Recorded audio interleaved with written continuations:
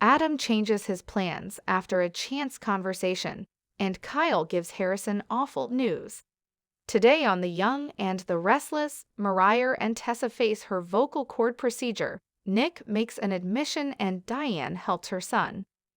At Newman Enterprises, Nick can't concentrate on work and throws his file down on the table. Chance appears as he's looking at his phone. He says news of Ashlyn's death hasn't leaked yet, if that's what he's looking for.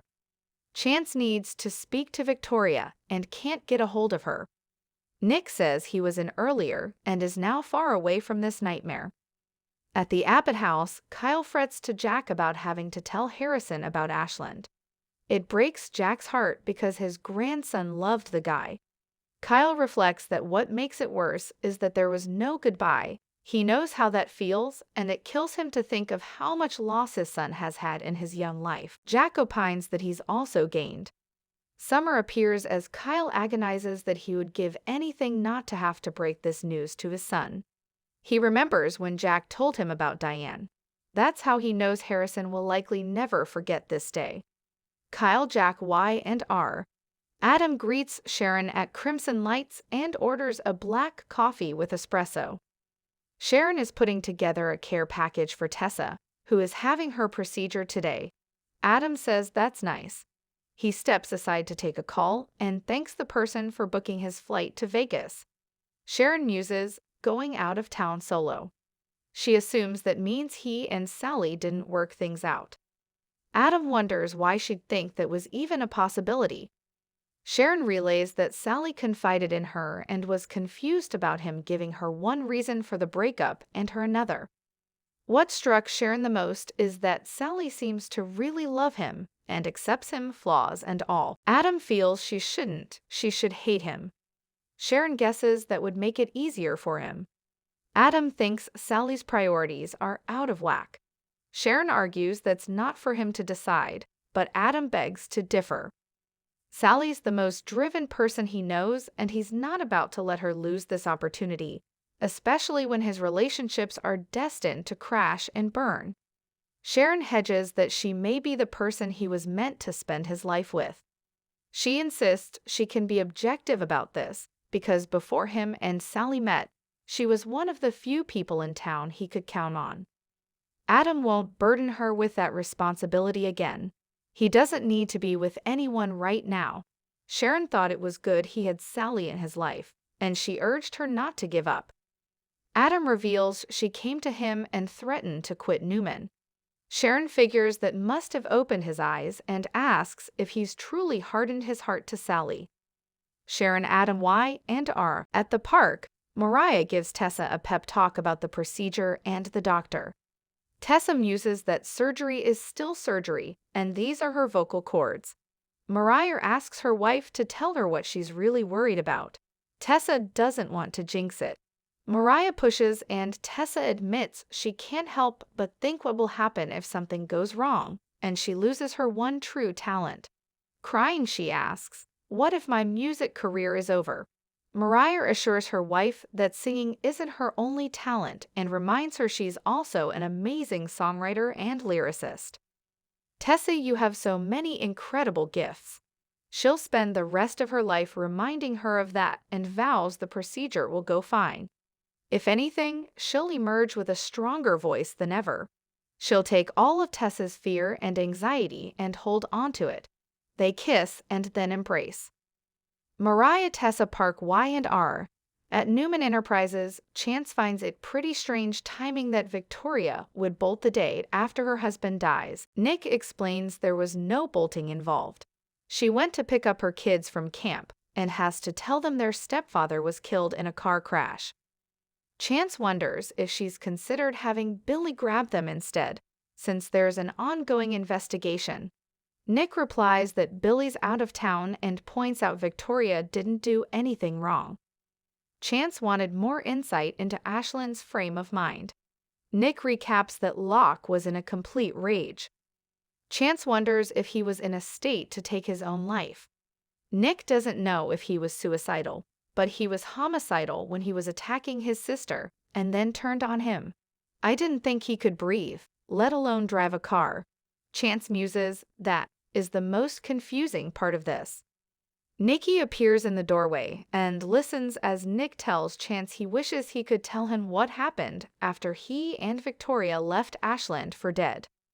At Crimson Lights, Adam concedes he had feelings for Sally. Sharon doesn't buy the past tense and asks why he's cutting out someone who cares about him.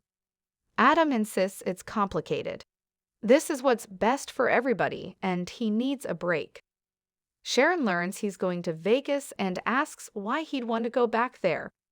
Adam doesn't answer when she asks how long he'll be gone. Mariah and Tessa arrive, and Adam wishes Tessa good luck with her procedure before leaving. Tessa wants a hot mocha and tells Sharon she's nervous, but Mariah has been a soothing presence. Sharon gives Tessa her care package for when she gets home, and they gush about how sweet it is of her. Tessa takes it upstairs and Sharon realizes Mariah is putting on a brave face. Her daughter admits she's scared to death about today. Sharon's taken aback and Mariah explains seeing how afraid Tessa was made her afraid. Sharon hugs her as Tessa reappears. Mariah kisses her hand. Let's do this. Mariah, Sharon, Y, and R. At the Abbott house, Jack offers to help with what Kyle has to do, but he feels he and Summer should break the news about Harrison. Jack will go up to get him to give them a minute to prepare. Once alone, Kyle tells Summer he's dreaded this. He wonders how it will affect the boy long term. Losing a parent as a kid, you suddenly realize there's no such thing as forever.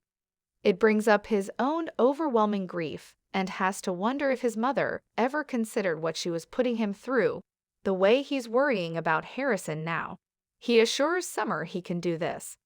Summer replies, "We can do this."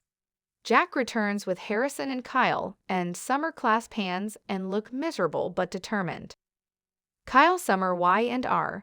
At Newman Enterprises, Nikki strides into the office and thanks Chance, while reminding him of the terrible toll this has taken on Abby's siblings. She'd like some time alone with Nicholas. Chance asks them to have Victoria call him and goes. Nikki hugs Nick. She's so sorry about everything he went through.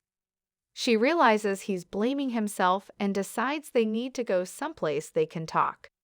Chance, Nikki, Y, and R in the park. Nikki knows Nick is churning inside and wants him to say he knows it's not his fault that Ashland is dead. Nick recaps what happened, and Nikki stops him. She knows the rest, all of it.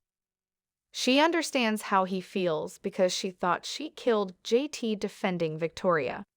She's so grateful he was there to intervene, otherwise they might be planning his sister's funeral. Nick can't shake the image of Ashland lying on the hearth. Nikki insists he's not to blame.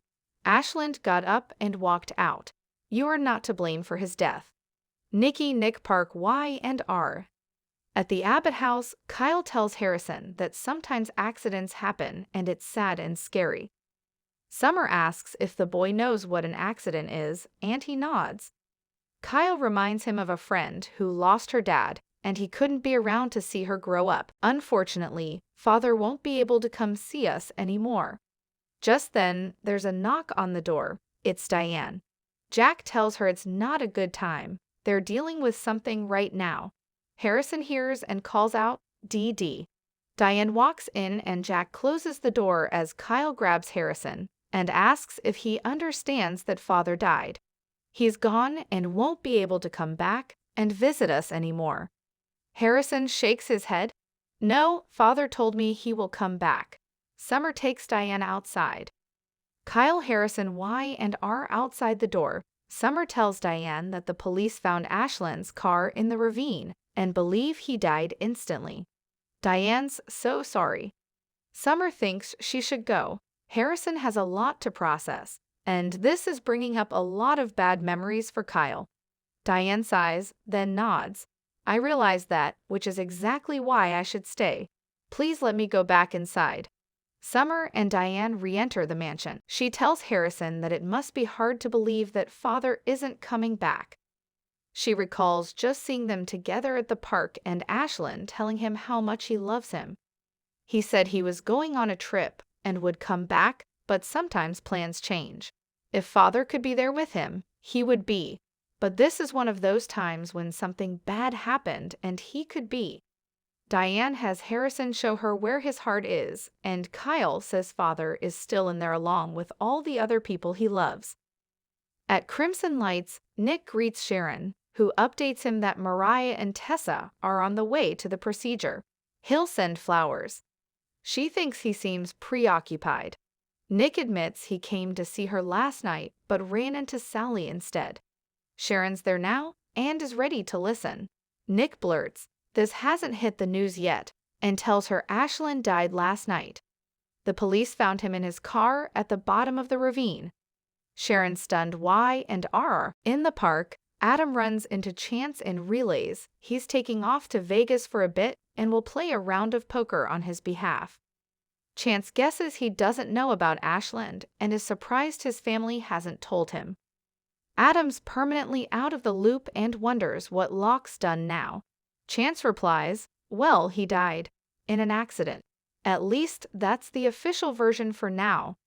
Chance Adam park Y and R at Crimson Lights. Nick's told Sharon off-screen that he thought he killed Ashland. She knows it's possible for him to be absolutely certain that someone died, and he didn't.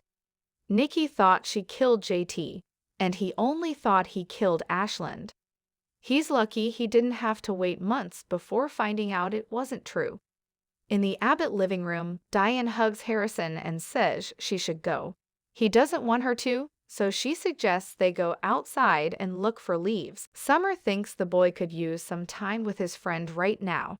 Kyle moves closer to his son and tells him that Dee Dee is more than just a friend, she's his mother. Your grandmother. She loves him very much and they're very happy she's there to help them on this hard day. Diane, Kyle, and Harrison share a moment. Kyle, Harrison, Diane, Y and R. At Crimson Lights, Nick can't wrap his head around how Ashland got up and took off. "I'm telling you he had no pulse. Vic tried CPR. Sharon says, "Been there.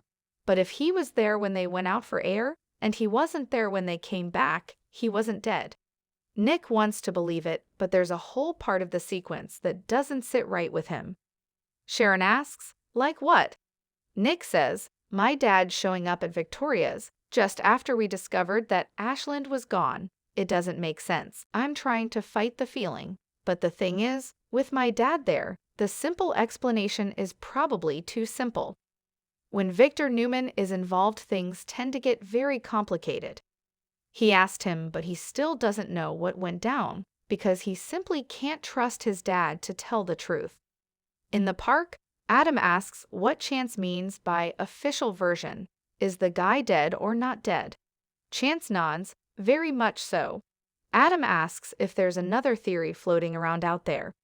Chance gets a message and has to run. He hopes Adam is back from Vegas soon. He has a feeling he might need his support. Once alone, Adam gets on the phone and tells the person on the other end to cancel his flight.